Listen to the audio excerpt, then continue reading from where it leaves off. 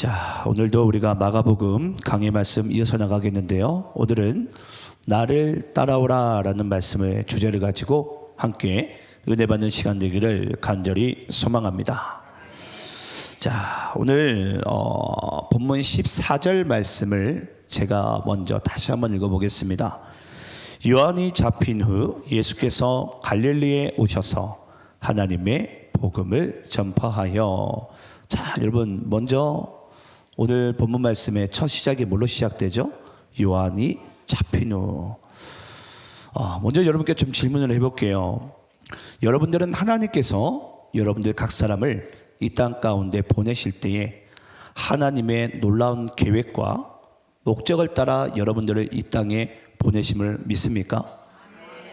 네, 하나님께서는 우리 각 사람을 향한 계획과 하나님의 목적이 있어요. 네, 그건 이 땅에 있는 모든 영혼들에게 하나님께서 그것을 주신 선물이기도 합니다. 그러면 여러분, 우리 모두는 하나님의 어떠한 원대한 계획과 그런 목적을 따라 이 땅 가운데 보내심을 받은 존재인데, 오늘 말씀에 우리가 보게 되면 요한이 잡힌 후라는 말씀으로 이제 말씀이 시작됩니다. 자, 여러분 아시겠지만 예수님께서는 12 제자들을 부르시고 공생의 사역을 시작을 하시게 됩니다. 근데 그 공생의 사역을, 복음의 시작을 시작하시기 전에 먼저 있어야 될 것이 뭐냐면요, 요한이 잡혀야만 됩니다. 요한이. 예. 여러분, 하나님께서 요한에게 허락하신 인생이 뭔 줄 아십니까? 예. 요한은요, 이사야서 말씀 가운데 기록된 말씀을 보게 되면은 요한은 그 메시아가 이 땅에 오시기를, 그 주의 길을 예비하는 자로서, 예, 그것을 선포하는 역할 가운데 이 땅 가운데 하나님께서 요한을 보내신 거예요. 그리고 여러분, 요한은요 역사 속에서 사라져야 됩니다. 예, 그래야지 그리스도의 복음이 시작되는 거예요. 예, 이건 반드시 하나님께서 하나님의 구원의 놀라운 계획 가운데 하나님은 그 요한이라는 인물을 창세전부터 주님은 계획하셨고, 그 메시아를 이 땅 가운데 보내시기 전에 반드시 먼저 세례 요한을 이 땅 가운데 이사야서 기록된 말씀을 통해서 보내시고, 그 세례 요한은 메시아가 오실 길을 예비하고 선포한 다음에, 그래서 광야에 외치는 자의 소리가 있어. 예, 주의 길을 예비하라, 회개하라. 이 이야기를 선포하고서 요한은요 역사 속에서 사라져야 돼요. 자, 그럼 여기에 보니까 요한이 잡혔어요. 잡혔는데 요한이 이때 당시에 왜 잡혔냐면은, 여러분, 당시에 이 헤롯 안티파스라는, 예, 헤롯 대왕의 이 아들이 있습니다. 근데 이 헤롯 안티파스는 당시에 왕이긴 하지만 이 스캔들로서, 쉽게 이야기를 하자면 여자의 문제가 상당히 복잡했어요. 그래서 이 여자의 문제 가운데 어떤 것이 또 복잡했냐면, 자기 동생의 아내를 빼앗아 가지고, 예, 이렇게 아무튼 복잡한 그런 인생을 살게 됩니다. 당시에 어떤 누구도 유대 땅에서 이 헤롯 안티파스의 이 성불륜이죠, 이 불륜의 사건을 지적하지 못하는데, 그 지적하는 역할을 누가 감당하게 되냐면 세례 요한이 담당하게 됩니다. 아마 그럴 거예요. 어떻게 세례 요한이 메시아가 오실 길을, 주의 길을 오실 길을 잘 예비하고 선포하다가 왜 마지막에, 여러분 아시겠지만 세례 요한은 다른 복음서를 보게 되면은 목배임을 당해 죽게 됩니다. 아마 여기 있는 분들 중에 주의 길을 잘 예비하다가 갑자기 내가 헤롯 안티파스라는 왕의 스캔들을 내가 이렇게 고발하다가 만약에 잡혔어요. 목배임을 당합니다. 대부분 의 사람들은 어떤 반응이 나타나는 줄 아십니까? 아유, 저 사람 왜 저렇게 엄한 짓을 해가지고 저는 참수형을 당할까? 예. 근데 아까도 말씀드렸지만 하나님께서 세례 요한을 이 땅 가운데 보내신 데 있어서는 이것이 하나님의 계획이에요. 예. 여러분, 우리는요 예수를 믿고 신앙생활을 하되 우리는 하나님의 계획이 우리의 삶 가운데 무엇인지가, 하나님께서 나를 통해서 어떠한 일을 어디서부터 어떻게까지 이루실지를 아는 것이 우리 인생 가운데 가장 중요합니다. 하나님께서 모세를 통해서요, 아시겠지만은 딱 느보산까지예요. 모세가 가나안 땅에 들어가면 안 됩니다. 우리 입장에서는 그래요. 어떻게 모세라는 인물이 이 무리바 물사건으로 통해서 그 이스라엘 장로들과 어떻게 다투어서 왜 가나안 땅에 못 들어갔을까가 우리의 입장에서는 그 모세가 불쌍해요. 예. 하지만 그것은 하나님의 계획 가운데 있어서는 이 모세는요 느보산에서 거기서 숨져야 됩니다. 그래서 잘 아시겠지만 여러분, 이 모세는요 느보산에서 숨질 때에도 그의 눈이 흐리지 아니하였더라. 그 이야기는 어떤 뜻이냐면 여러분, 영적인 분별력이 있었다라는 거예요. 그 영적인 분별력이 모세에게 있었음에도 불구하고 하나님께서 모세에게 허락하셨던 삶은 가나안 땅에 들어가는 것이 아니라 뭐 하는 거죠? 느보산에서 숨져야 돼요. 그리고 난 다음에 바톤 타치를 누가 이어받습니까? 여호수아. 여호수아가 여러분 아시겠지만은 우리 헬라어 표현으로는, 여러분들의 오늘날 표현으로는 예수아. 그래서 우리가 구약의 인물 중에 여호수아, 호세아, 가늠한 여인을, 고멜이라는 여인을 맞이했던, 그러니까 우리 같은 가늠한 여인을 맞이했던, 자기 아내로 맞이했던 자가 바로 호세아, 여호수아, 예수아. 그건 모든 것이 여러분 성경에는요 다 예수예요. 예수. 그리고 난 다음에 이 모세는 뭐 해야 되죠? 역사 속에서 사라져야 돼요. 세례 요한도 역사 속에서 사라져야 됩니다. 그가 해야 될 일이 다 마쳤다라는 거예요. 마쳤다라는 거예요. 근데 우리는 뭐 하고 싶죠? 내가 주인공이 되고 싶어요. 내가 영광을 받고 싶어요.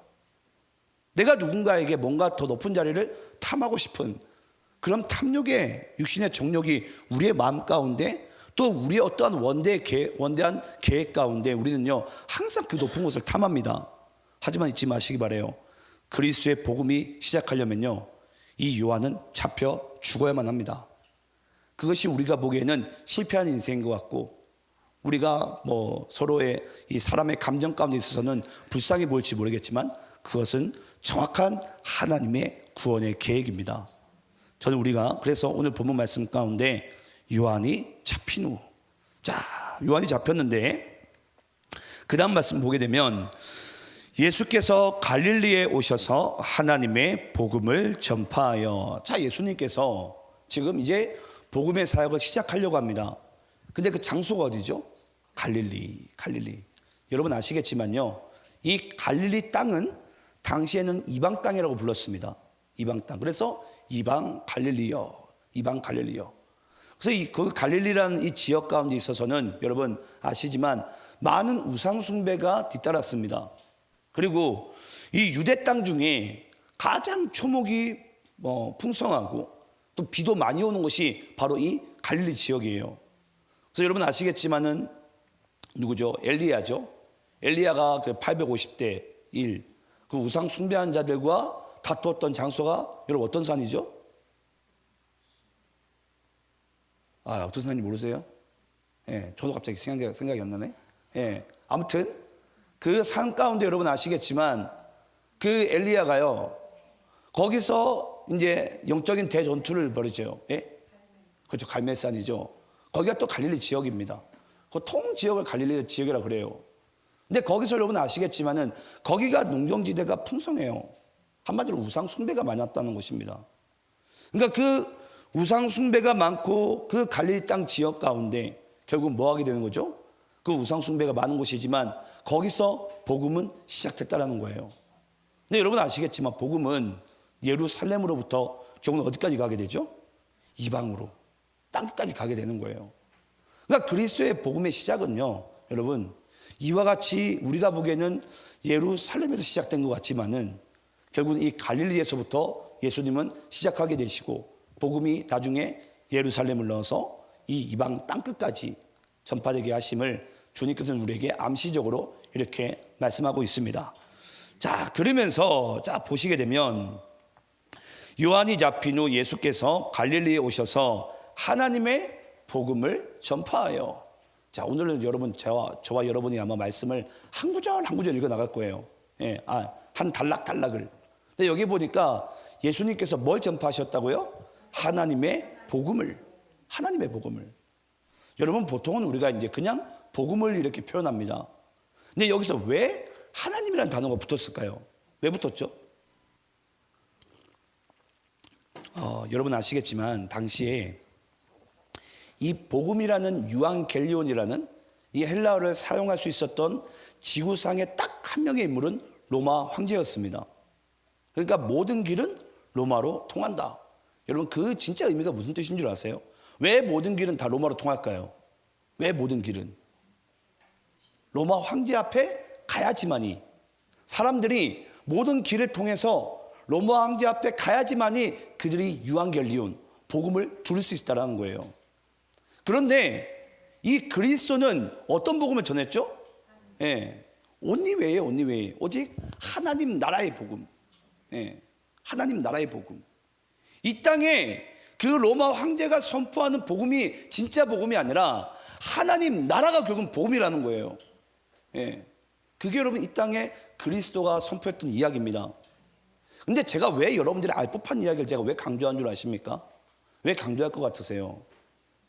여러분들에게 진짜 이 세상의 복음과 복된 소식과 성공의 소식이 여러분 예수 그리스도 하나님 나라의 복음이 맞습니까?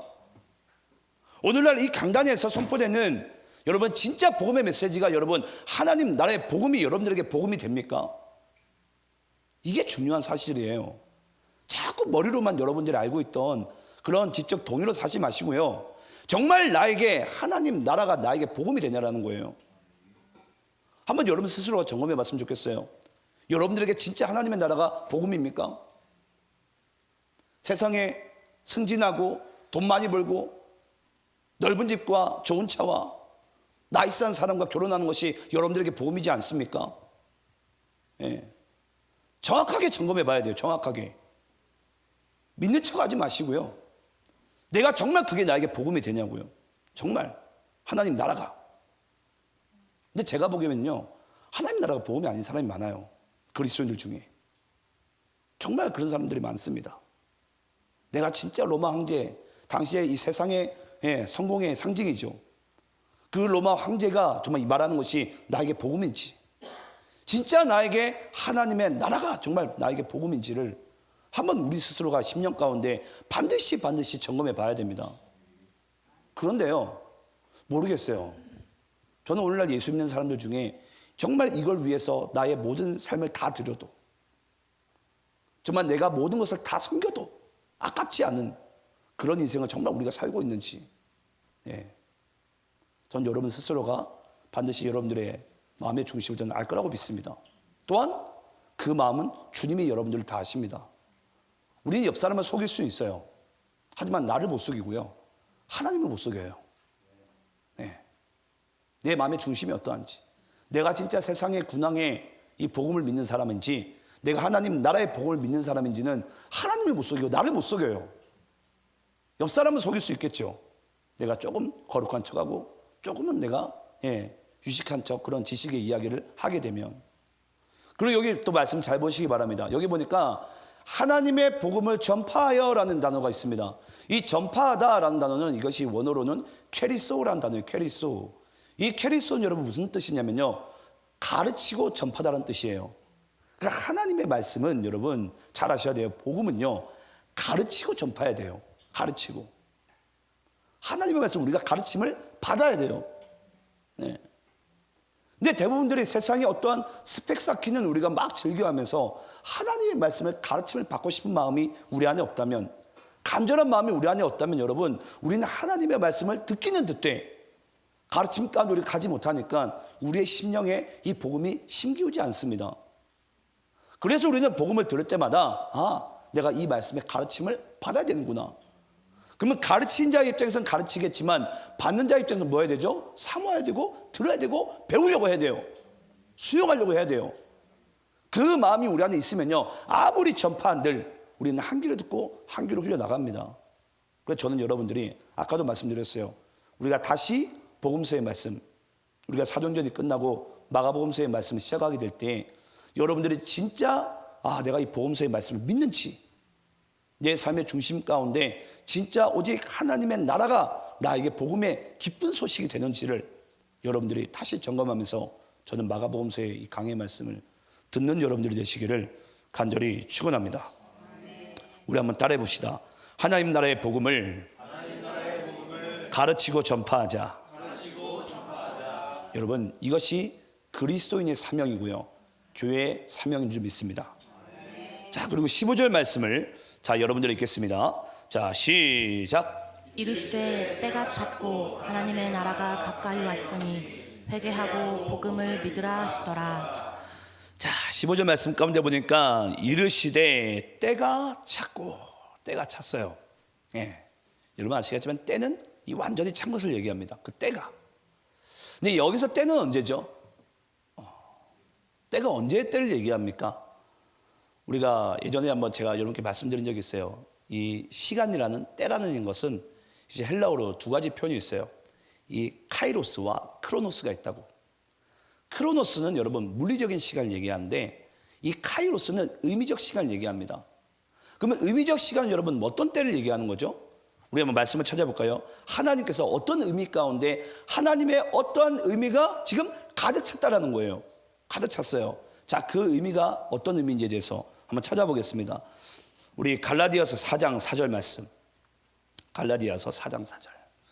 자, 함께 있습니다. 시작. 때가 참에 하나님이 그 아들을 보내사 여자에게서 나게 하시고 율법 아래 나게 하신 것을, 자, 때가 참에 하나님이 뭐 하셨다고요? 그 아들을 보내셨어요. 이때도 때가 참에, 예, 카이로스, 예, 하나님의 의미적인 어떤 의미적인 시간이 찼다라는 거예요. 자, 그러면 그 의미가 뭔가? 자, 우리 한번 창세기 3장 15절 읽겠습니다. 자, 함께 있습니다. 시작. 내가 너로 여자와 원수가 되게 하고 내 후손도 여자의 후손과 원수가 되게 하리니 여자의 후손은 내 머리를 상하게 할 것이요 너는 그의 발꿈치를 상하게 할 것이니라 하시고. 자, 여러분 어느 때가 찬 거죠? 어느 때가 찬 거예요? 이 메시아가 여자로 난 이 후손이 결국은 이 뱀의 머리를 상하게 할 그 심판의 때가 찼다라는 거예요. 우리에게는 그 구원의 날이 여러분 찼다라는 것입니다. 그래서 하나님께서는 이 아담과 하와가 인류가 처음 재지을 때 그 원죄 때부터 하나님께서 뭘 계획하신 거예요? 오직 이때만을 고대하고 또 기다린 날이 여러분 바로 오늘 이 때가 찼고란 때예요. 여러분 믿으십니까? 우리는 가끔 그래요. 내가 전도를 내가 보통 이제 당한다는 표현하죠. 내가 전도를 당해서 교회에 앉아 있어요. 여러분 그때가 언제인 줄 아십니까? 바로 이때예요. 하나님께서 이 죄인 한 사람을 그 삶 가운데 죄로 완전히 얽매였던 그 죄를 하나님께서 끊어내기 위해서, 멸하시기 위해서 이 그리스도를 믿게 하신 같이 오늘 여러분 이때가 여러분들에게 찼음을 믿습니까? 예, 바로 이때라. 바로 이때예요. 내가 구원받을 때가, 내가 영적으로 회복될 때가 여러분 바로 이때예요. 바로 이때. 근데 오늘날 이 교회 가운데 여러분 이 이때를 믿질 않아요. 여러분 세상이 힘이 셉니까? 그리스도의 십자가의 능력이 셉니까? 십자가의 능력이 세잖아요. 예. 멸하신다고 하셨는데 예. 그래서 여기 보면은 여러분 너는, 여기가 너는 누구예요? 사탄을 얘기합니다. 사탄은 그냥 그의 발꿈치를 상하게 할 것이니라. 그냥 그리스도의 육신만을 살짝 스크래치만 낼 수 있어요. 그게 예수님께서 십자가 달려 죽으신 그냥 육신의 한낱 고통일 뿐이에요. 하지만 그 예수님은 뱀의 뭐라고 해야 되죠? 머리를 상하게 한다는 것은 뱀의 숨통을 끊어놓는다는 거예요. 멸하시겠다라는 거예요. 근데 사탄이 예수님께 할 수 있는 것은 뭐예요? 단지 십자가에 못 박는 것밖에 없어요. 하지만 예수님은 그 죄를 도말하기 위해서, 멸하기 위해서 이 땅 가운데 하나님의 때가 찼고 하나님께서는 이 땅 가운데 메시아를 보내셨다는 것입니다. 근데 여러분 우리는 성경을 보시면 잘 아시겠지만 성경 가운데 이스라엘 백성들이 이 메시아 오기를 얼마나 기다립니까? 그렇지 않습니까? 아마 여기 있는 분들 중에서 그럴 거예요. 나의 어떠한 삶의 문제와 어려움과 시험과 고통들이 도대체 이게 언제까지 올까? 언제까지? 이게 언제 끝날까? 질문을 해볼까요? 나의 그런 고통과 시험과 죄에 대한 유혹이 끝나고 싶은 나의 마음이 간절할까요? 하나님께서 그걸 해결해주고 싶은 마음이 더 간절할까요? 하나님의 마음이 우리랑은 비교도 안 될 정도로 여러분 간절해요. 이 날은 여러분 인류는 중간에 이걸 망각하기도 하고요, 죄 가운데 빠지기도 하고요, 하나님 없다 여긴 적도 많고 여러 가지 상황 가운데 있었어요. 하지만 하나님은 이때부터 오직 메시아만을 이 땅까지 보내시기를 간절히 고대하고 고대하셨습니다. 근데 우리의 마음 가운데 그래요. 기도할 때나 예배할 때나 오늘 왜 이렇게 예배가 내가 집중이 안 될까? 내가 왜 기도가 잘 안 될까? 오늘 왜 내 찬양이 주님을 향하는 이 찬양이 왜 타성에 젖을까? 막 우리가 그런 순간 가운데 갈 때가 있어요. 이거 왜 그런 줄 아십니까? 이 때가 자꾸 믿지 않아서 그래요. 때가 찬 것을 믿어야 되는데 그 때가 여러분 언제인 줄 아십니까? 다시 한번 강조할게요. 바로 이때라. 지금이에요. 지금. 내가 영적으로 회복할 때가 여러분 지금이에요. 우리가 보통 그러죠. 공부 못하는 친구들이 꼭 내일부터 공부한다 그러죠. 다이어트 잘 못하는 친구들이 꼭 3일 뒤에 내 다이어트 한다 그러죠. 꼭 우린 여러분 어떠한 여지를 줘요. 여지를. 그게 꼭 나를 뭔가 살려줄 것처럼. 근데 잊지 마세요. 바로 지금입니다. 내가 지금 바로 이 하나님의 은혜를 받을 때예요. 그리스도를 믿을 때예요. 내 시험과 혼란과 고통이 다 우리가 이제 다 끝날 때예요. 그래서 오늘 저녁 말씀 가운데도 그런 말씀이 나올 거예요. 하나님께서요. 오늘 저녁 말씀 가운데 이스라엘 백성들에게 전염병을 내리십니다. 3일 동안. 예. 근데 하나님께서요. 딱 거두십니다. 바로 그때예요. 그때. 하나님이 정한 때. 하나님의 그 의미적 시간. 그 구원의 시간. 회복의 시간. 우리 입장에서는 다시 회개하고 주님께 돌아갈 시간. 그 시간이 바로 이때라는 거예요. 저는 이 말씀을 통해 다시 한번 전 여러분들이 이 때가 찾고의 의미가 어떤 때인지, 그때는 하나님께서 우리 각 사람을 향한 그 놀라운 구원과 회복의 그 때가 바로 지금이라는 것을 주님께서 믿는 자에게 이 놀라운 이 때의 의미가, 은혜가 임하게 될 줄을 믿습니다. 자, 그리고 15절 말씀 가운데 보게 되면요, 이르시되 때가 찼고 하나님의 나라가 가까이 왔으니. 자, 여러분, 이 하나님의 나라가 가까이 왔으니 라는 이 부분이요, 미완료 형태로 되어져 있습니다. 하나님의 나라가 가까이 왔으니, 이것이 완료형이 아니라 미완료 형태로 되어져 있어요. 여러분, 그 의미는 무엇인 줄 아십니까? 하나님의 나라는요, 지금 예를 들어서 우리 이삭 형제의 입장에서는 이미 왔어요. 이미 온 사건이에요. 여기 앉아있는 분들에게는 하나님의 나라는 이미 왔던 사건입니다. 근데 이것이 미완료 형태로 되어 있다는 것은 무슨 의미죠? 아직까지도 이 하나님의 나라가 지금 돌아야 될, 믿어야 될 사람들이 아직까지도 이 빈자리가 남아있다는 거예요. 여러분 믿으십니까? 예. 믿어야 돼요. 믿어야 돼요. 왜 목사님이 자꾸 우리 보고 전도하라 그러나, 왜 복음을 전하라 그러나, 자꾸 여러분 거기에 생각 가운데 가지 마시고요. 하나님의 나라는 아직 미완료 형태예요. 하나님은 지금도 하나님의 백성들이, 더 많은 백성들이 주 앞에 돌아와서 예배드리고 예수 믿고 구원받는 놀라운 일들이 오늘날 교회를 통해서 주님께서는 이루시길 원하신 줄을 믿습니다. 자, 그러면서 하나님의 나라가 가까이 왔으니 뭐하라? 회개하고 복음을 믿으라. 자, 여러분, 이 회개라는 것이 우리에게 너무너무 중요하거든요. 예수 믿는 자에게는 반드시 뒤따라야 될 이 순서가, 과정이 바로 회개입니다. 그럼 만약에 우리에게 구원의 조건이 있다면 여러분, 바로 이 회개입니다. 회개. 반드시 이 회개가 임한 자에게 하나님께서는 이 믿음이라는 선물을 주세요. 선물을. 예. 그래서 예수 믿는 자들에게는 먼저 반드시 이루어지는 과정이 바로 회개입니다. 그래서 내가 이전에 사랑했던 것, 내가 좋아했던 것, 내가 기뻐했던 것, 그 모든 것이 이 회개의 은혜로부터 다 씻겨나가요. 모조리 씻겨나갑니다. 그러면서 내 인생의 주인이, 나의 구주가 이제 비로소 예수만 보이기 시작하는 거예요. 내가 이전에 그 호세아서 말씀처럼 이 고멜처럼 나는 가늠했던 여인인데, 분명히 나에게 신이 있고 하나님이 있고 신랑 대신 예수님이 있음에도 불구하고 내가 가늠했던 여인이었는데, 그 호세아가 가늠한 그런 정말 더러운 나 같은 신부를 주님께서 아내로 삼으셔가지고 나를 구원하셨다라는 거예요. 그때 우리에게 오는 이 회개의 은혜는요, 여러분 정말 놀랍습니다. 너무나도 놀라워요, 이 회개의 은혜가. 그런데 오늘날 저는 교회를 보면 그렇습니다. 여러분, 이게 약간 교단적인 차이는 있어요. 근데 우리 감리교는 여러분 아시겠지만 이 회개가 계속해서 이루어져야 됩니다. 예. 한 번 하고 끝나는 사건이 아니에요. 우리의 삶 가운데 매 순간 계속해서 이 회개의 은혜는요, 계속 임해야 돼요. 근데 여러분 잊지 마시기 바라요. 회개는요, 반성문이 아니에요. 쉽게 이야기를 할까요? 나의 결단이 아니에요. 회개는요, 은혜가 임해야 돼요. 내가 주님보다 더 사랑했던 것이 하나님의 은혜가 임해야지 나에게 회개가 터지는 거예요.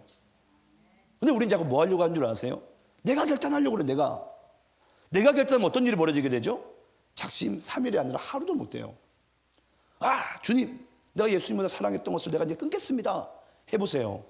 하루 못 버팁니다. 근데 여러분, 회개는요, 하나님의 은혜가 임해야 돼요.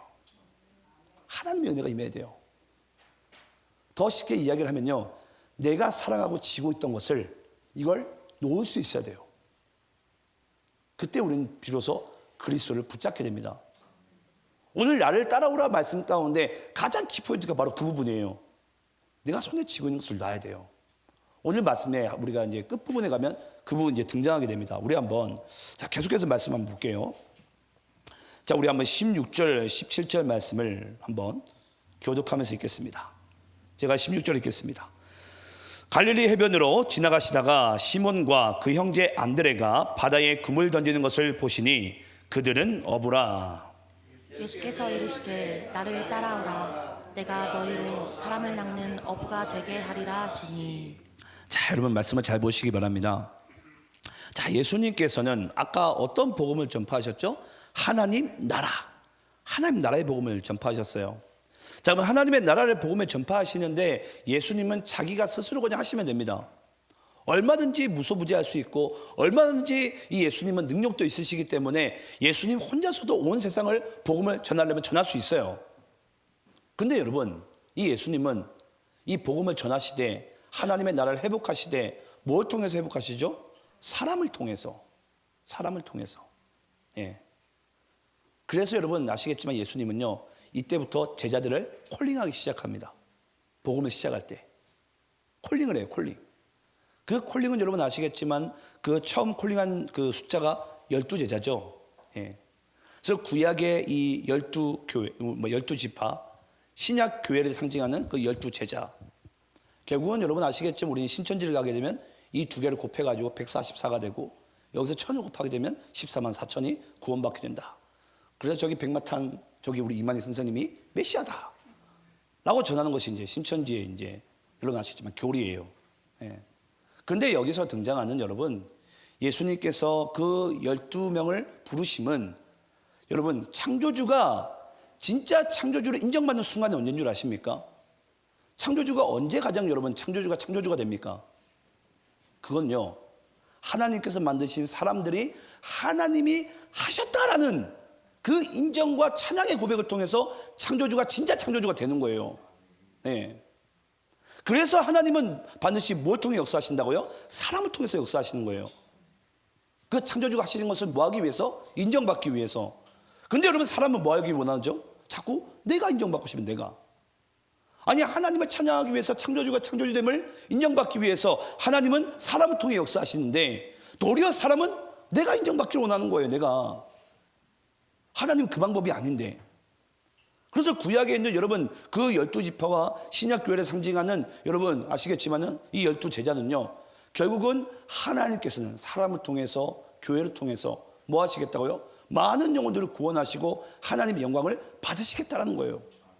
더 쉽게 이야기를 하자면 이 땅에는 모든 백성들로 하여금 하나님이 창조주가 되심을 구원자가 되심을 하나님께서는 그 영광을 받으시겠다라는 거예요.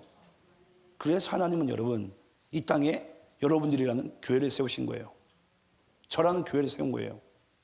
그래야지 진짜 원래 창조의 역사대로 하나님께서 원래 처음에 인간을 창조하신 바대로 다시 그 자리로 돌아갈 수 있으니까. 그때 여러분 우리 인간은 오직 신은 하나님밖에 없었거든요. 하나님만 예배하고 하나님만 찬양했거든요. 근데 인간이 죄를 짓고 난 뒤로부터는 어떤 죄를 짓게 되죠? 우리가 하나님같이 되리라. 내가 영광을 받으려고 하는 거예요. 내가. 우리는 하나님을 예배해야 되고 하나님을 찬양해야 되는데 그래서 하나님께서는 이 땅에 교회들을 통해서 또 우리를 통해서 하나님의 영광스러운 그 나라의 회복을 우리가 그 일을 사명을 위해 우리를 부르시는 주가 되신 줄을 믿습니다.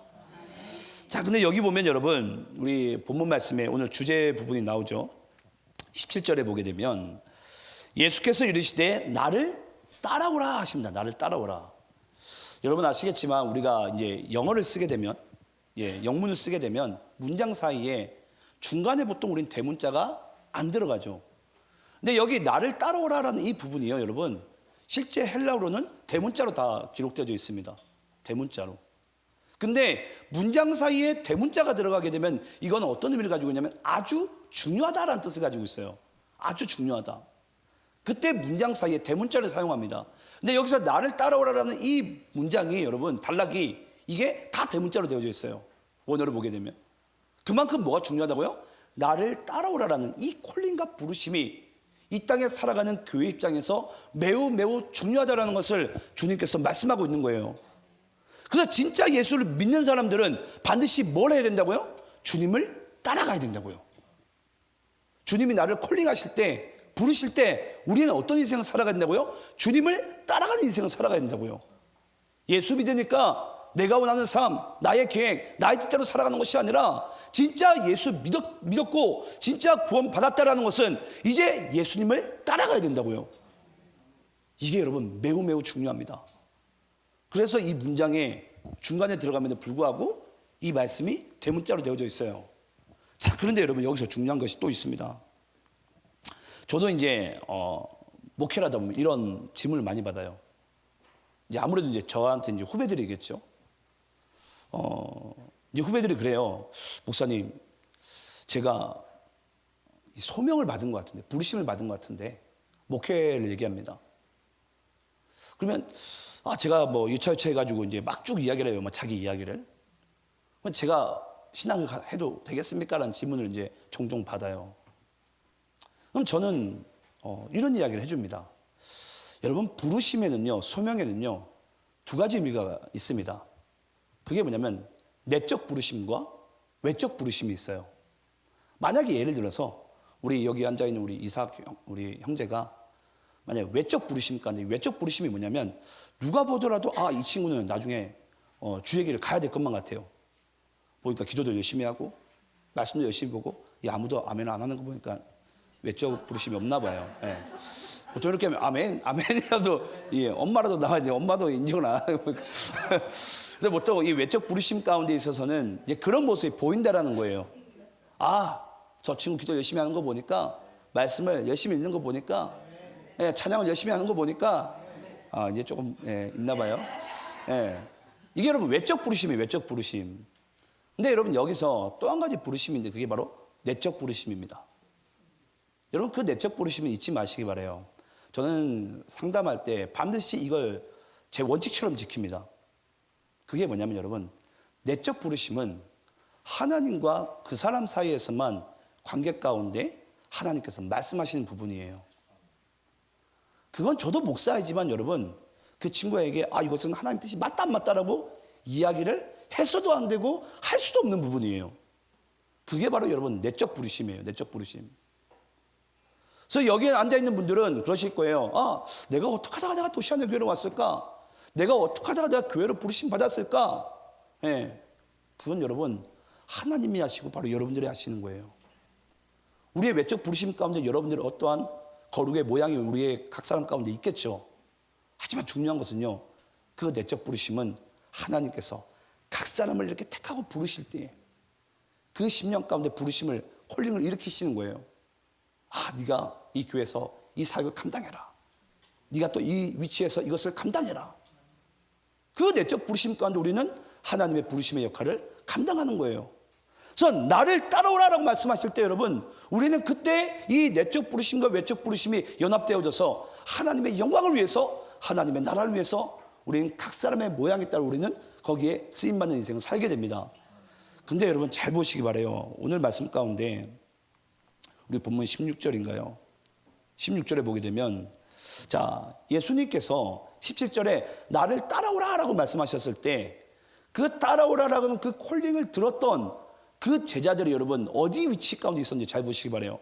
16절 가운데 보니까 그들이 어디 위치 가운데 있었죠? 시몬과 그 형제 안드레가 바다에 금을 던지는 것을 보시니 그들이 지금 뭐하고 있던 상태였어요. 바다에서 어부니까 바다에서 그물을 던지고 있었어요. 근데 그때 예수님은 그들에게 뭐라고 말씀하셨죠? 나를 따라오라 라고 얘기하는 거예요. 부르심과 콜링의 사건이 나타났어요. 이게 뭘 의미한 줄 아십니까? 결국은 여러분, 하나님께서 나를 언제 부르시게 되냐면 나의 삶의 자리에서 부르시는 거예요. 근데 우리는 자꾸 부르심과 콜링의 사건을 자꾸 우리는 어디로 가려고 한 줄 아세요? 기도원에 가지고 우리는 그 음성을 들을 수 있을 거라고 착각을 해요. 여러분, 다시 한번 말씀드릴게요. 그건 착각입니다. 예. 하나님은요, 우리의 삶의 자리에서 부르시는 거예요. 내가 신학을 가고 안 가고, 내가 어느 교회 가운데 내가 어떻게 살아야 될지, 여러분, 이걸 모든 걸 떠나서 우리는 뭐 해야 되냐면요, 내가 지금 삶의 위치 가운데 내가 엄마예요, 아니면 내가 직장인이에요, 아니면 내가 사업을 하고 있어요, 아니면 내가 어떤 운동선수예요. 그 자리가 바로 뭐라고요? 우리의 부르심의 자리라고요. 네, 우리의 부르심의 자리, 삶의 부르심의 자리. 우리의 예배와 부르심은요, 거기서부터 출발해야 돼요. 네. 그리고 난 다음에 이분이 진짜 신학을 해야 될지 말지, 선교를 해야 될지 말지, 어떻게 해야 될지 말지는 하나님이 알아서 다 이끌어 가십니다. 네. 근데 우리는 자꾸 뭘 자꾸 놓치는 거죠? 내 삶에서의 부르심을 놓치는 거예요. 내 삶에서의 부르심을. 그래서 내 삶이 망가졌는데 교회에서 사명을 감당한다? 죄송합니다. 여러분, 그 순서가 틀렸어요. 네. 하나님은 내 삶의 자리에서도 하나님의 이 사명을, 소명을 감당하기 원하세요. 근데 우리 교회 와서요, 은혜 받은 척 거룩한 척은 다 해요. 삶은 무너져 있는데. 네. 여러분, 이건 아니에요. 이건 주님께서 우리의 부르심이 아니에요. 그러니까 우리가 오늘날 믿지 않는 사람들로 하여금 교회가 어떤 소리를 듣고 있는 거죠? 기독교 소리를 듣고 있는 거예요. 그런 기독교 니네들이랑 믿으라고. 너희들이 앞뒤가 다른 그런 삶을 내가 하는데 내가 어떻게 내가 교회를 가냐고. 안 믿는 거야, 안 믿는 거야. 내 삶의 예배가 다 무너져 있는데, 내 삶의 소명의 자리가, 사명의 자리가 다 무너져 있는데 그게 여러분 되겠냐고요. 그러니까 오늘날 교회를 안 다니고 싶은 거예요, 안 믿는 사람들의 입장에서는. 그러면서 우리 한번 18절 말씀 보겠습니다. 자, 18절 말씀. 자, 여러분들이 큰 목소리로 한번 읽어보겠습니다. 함께 있습니다. 시작. 곧 그물을 버려두고 따르니라. 자, 제가 아까 여러분들께 그런 말씀 드린 적이 있어요. 하나님께서 우리를 콜링하실 때, 부르실 때 우리에게 반드시 먼저 해야 될 것이 있다고 그랬습니다. 구원받을 때도 똑같습니다. 그게 뭐냐면 바로 회개라는 부분이었어요. 근데 여기서 바로 회개가 등장합니다. 곧 그물을 버려두고 따르니라. 내가 진짜 예수를 붙드는 인생이 되려면요, 내 손에 그물을 버려야 돼요. 내 손에 그물을. 내 방식과 내가 잘하는 것과 내가 자랑하는 것을 버려야 돼요. 그래야지 내가 이 예수를 붙들 수가 있습니다. 예수를, 복음을 붙들 수가 있는 거예요. 근데 오늘날 많은 예수 믿는 사람들이요, 왜 신앙이 성장하지 못하고 우리가 예수를 믿되 그냥 여러분 믿는 줄 아십니까? 의미 없게.